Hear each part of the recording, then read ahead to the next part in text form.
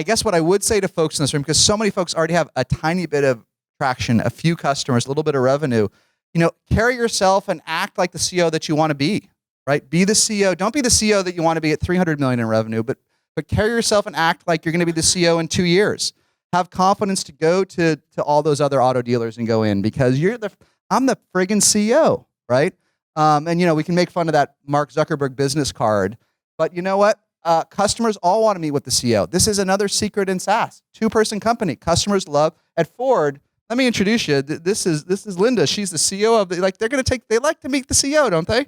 They don't even care if it's 2-person or 200,000 person, right?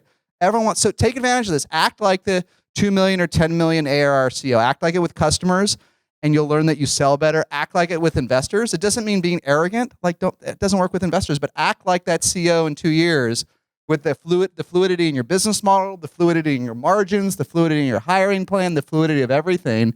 And when you act like that, your odds of getting funded by me or almost anyone go way up. So that's all I had here. Do we have? Are we over?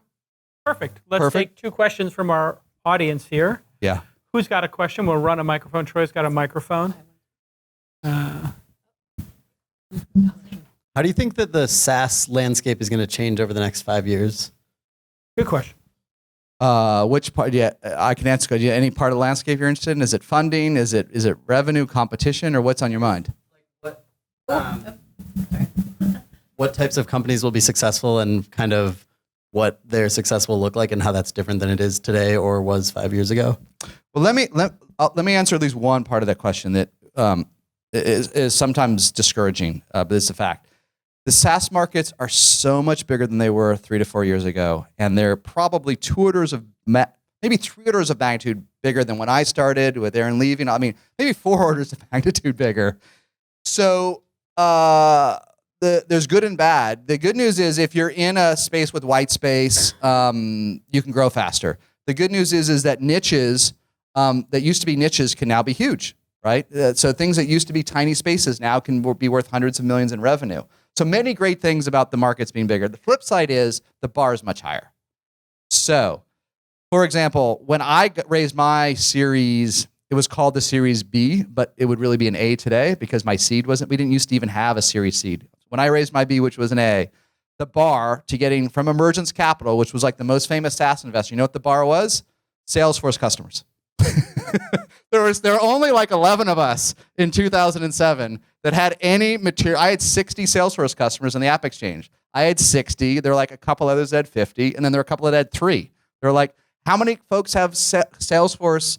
Like thousands and thousands. So I'm being a little facetious, but I'm actually not being facetious. The bar today for what we call a Series A is 2 million or more in recurring revenue, growing 10% a month or more quickly. That's the friggin' bar. 2 million and 10%. That's a pretty high compounding rate. I didn't achieve it. Aaron Levy didn't do it back in the day. Then they took off. No one did it. No one did it. And so the flip side of the markets being bigger is people are still as impatient or patient for a product market fit, but once that happens, the expectations are much higher.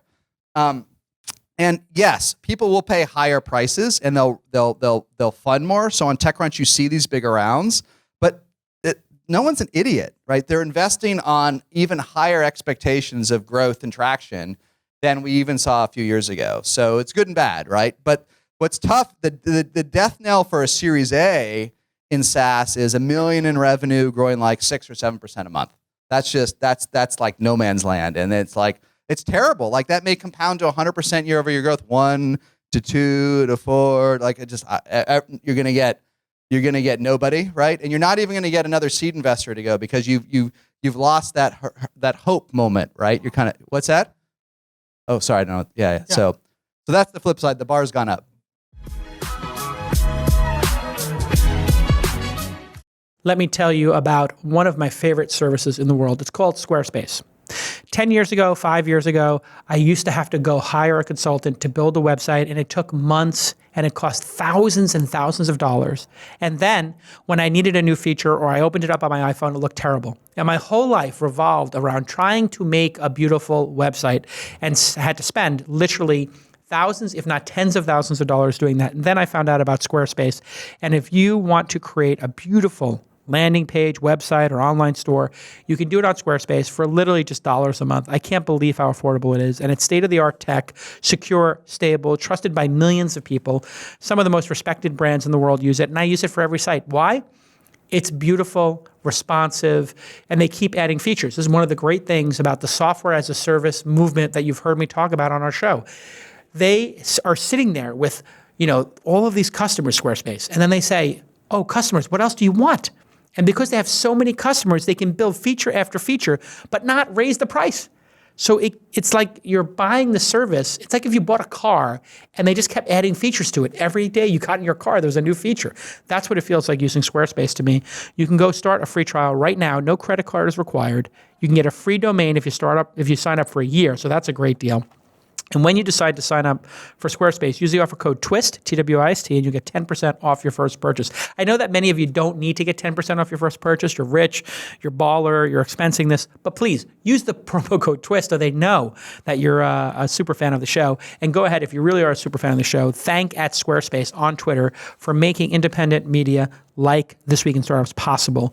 It's just a great product. It's a great service. And all of my team knows how to use it. And we can pop up websites all the time for the Launch Incubator, for the Launch Festival, for the Scale Conference. Everything we do, I just pop up a new website, and it looks beautiful. And then I said to my team, hey, can we put a video? I saw somebody put a video in the background of their website. And I thought, that's incredible. You go to a website and it's playing a video in the background? Gorgeous. I want that. And they're like, oh, Squarespace does that. I'm like, why didn't you tell me? They're like, well, we didn't know because they keep adding so many damn features to this product. I said, great.